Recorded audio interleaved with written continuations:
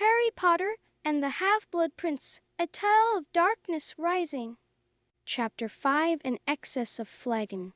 With a crack, Harry and Dumbledore apparated to the outskirts of the burrow. The crooked silhouette of the Weasleys' home stood out against the starry sky, warm light spilling from its windows. As they approached, Mrs. Weasley came hurrying out of the house, her hair disheveled and her face lined with worry. "Oh, Harry, thank goodness. We've been so worried." Inside, the burrow was as warm and welcoming as ever. But there was a new tension in the air. Bill Weasley and his fiancée, Fleur Delacour, were visiting. Fleur's presence seemed to irritate Ginny and Mrs. Weasley, who mockingly referred to her as Phlegm behind her back. "Harry!" Fleur cried, swooping down on him.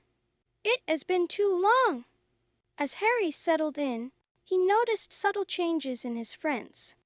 Ron had grown even taller, while Ginny seemed to have blossomed into a striking young woman. Hermione arrived the next day, her bushy hair as wild as ever, but her eyes sharp with concern. Over the next few days, Harry caught up with his friends, sharing news and speculating about the coming school year. The Daily Prophet brought daily reports of disappearances, odd accidents, and even deaths. The war against Voldemort was escalating, casting a shadow over even the cheerful atmosphere of the burrow. One evening, as they sat in Ron's attic bedroom, Hermione broached a subject that had been on all their minds. "Harry," she said hesitantly, "what do you think? Dumbledore's going to teach you this year?" Harry shrugged. "No, that is. But whatever it is, I bet it's to help me survive what's coming." Ron looked uneasy. "You really think there's going to be a fight, don't you, mate?" "I don't think," Harry said grimly. "I know. Voldemort's not going to rest until he's taken over the Ministry of Magic and killed me, and I don't plan on letting either of those things happen." A heavy silence fell over the room. The trio exchanged glances, each aware that their bond of friendship would be tested like never before in the coming months. Outside, the summer night was alive with the chirping of crickets and the soft hooting of owls. But beneath this peaceful facade, the wizarding world was holding its breath, waiting for the storm that they all knew was coming. Chapter 6, Draco's Detour. The day of their trip to Diagon Alley dawned gray and gloomy.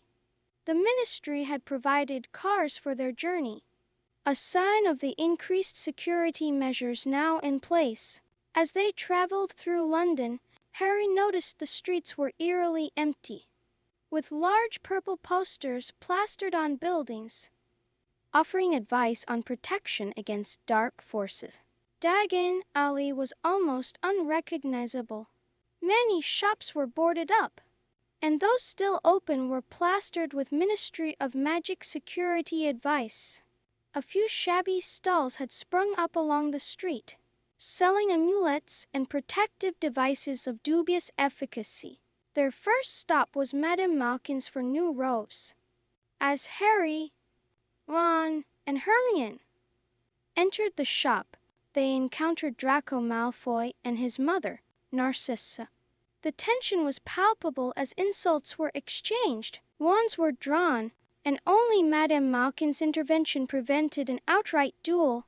As Malfoy and his mother left, Harry noticed something odd. Draco jerked his arm away when Madame Malkin tried to roll up his left sleeve. Could it be possible that Malfoy had been branded with the Dark Mark? Their shopping continued, visiting Flourish and Blotts for schoolbooks, and the apothecary for potions ingredients. The highlight of the trip was Fred and George's new joke shop, Weasley's Wizard Wheezes. The shop was a riot of color and sound, packed with incredible inventions and a crowd of excited customers. As they explored the shop, marveling at skiving snack boxes, puking pastilles, and extendable ears, Harry noticed Draco Malfoy slipping away down the street alone. Curiosity piqued Harry, convinced Ron and Hermione to follow under the invisibility cloak. They tracked Malfoy to Nocturne Alley, where he entered Borgin and Burke's, a shop known for dealing in dark artifacts. Through the dusty window, they watched as Malfoy engaged in an intense conversation with Borgin, at one point showing him something on his arm that made the shopkeeper look frightened. As they made their way back to the others, Harry's mind was racing. What was Malfoy up to? And was it possible that Voldemort had recruited him as a Death Eater? The day ended with a subdued dinner at the Leaky Cauldron. As they prepared to return to the burrow, Harry couldn't shake the feeling that dark forces were gathering, and that this year at Hogwarts would be unlike any other. Chapter 7: The Slug Club. The journey to Hogwarts on the Hogwarts Express began with an unexpected invitation. A nervous-looking third-year student delivered a message to Harry from the new professor, Horace Slughorn, inviting him to join a select group for lunch in compartment. "Who's Professor Slughorn?" asked Neville, looking perplexed. "New teacher," said Harry. "Well, I suppose I'll have to go, won't I?" When Harry arrived at compartment C, he found himself in the company of a curious assortment of students. Slughorn had gathered what he clearly believed to be the brightest, most well-connected, or most talented students in the school. Among them were Blaise Zabini, a Slytherin in Harry's year, Cormac McLaggen, a burly seventh-year Gryffindor, and to Harry's surprise, Ginny Weasley. Slughorn held court, questioning each student about their famous relatives or their own accomplishments. It became clear that the professor was a collector of sorts, seeking to cultivate relationships with those he believed would go far in life. "Harry, my boy," Slughorn boomed, turning his attention to him, "I was just telling young Marcus here about the night I first met you. You know, I knew at once, this boy will go far." As the gathering wore on, Harry's mind wandered.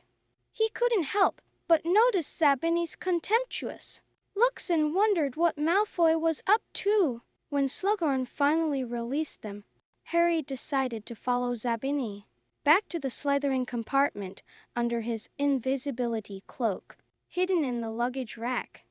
Harry overheard a conversation that chilled him to the bone. Malfoy was boasting to his fellow Slytherins, hinting at a special task given to him by Voldemort.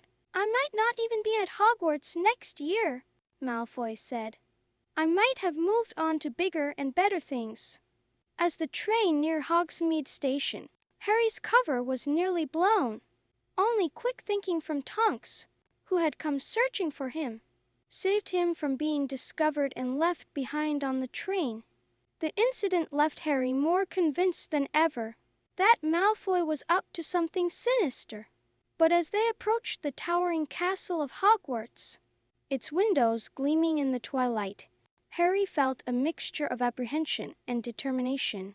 Whatever challenges lay ahead this year, he would face them head-on. Chapter 8: Snape Victorious. The great hall buzzed with excitement. As students settled in for the start-off term feast, the enchanted ceiling reflected a sky full of twinkling stars, and hundreds of floating candles cast a warm glow over the 4 long house tables. As Harry took his seat at the Gryffindor table, he couldn't help but notice the whispers and stares directed his way. The Daily Prophet had been calling him the Chosen One all summer, and it seemed the moniker had followed him to Hogwarts. The sorting ceremony proceeded as usual, with the sorting hat singing a song of warning and unity before assigning the nervous first-years to their houses. As the last student took their seat, Dumbledore rose to address the school. "To our newcomers," said Dumbledore in a ringing voice, his arms stretched wide and a beaming smile on his lips. "Welcome. To our old hands, welcome back. There is a time for speech-making, but this is not it. Tuck in. As the golden plates filled with food, conversation turned to the changes in staffing. Slughorn's return was noted, but the biggest shock came when Dumbledore announced the new defense against the dark arts teacher.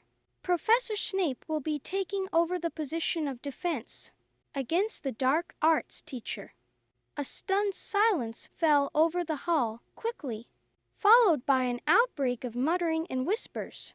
Snape, his black eyes glittering, acknowledged the announcement with a lazy wave of his hand. "No," said Harry, so loudly that many heads turned in his direction.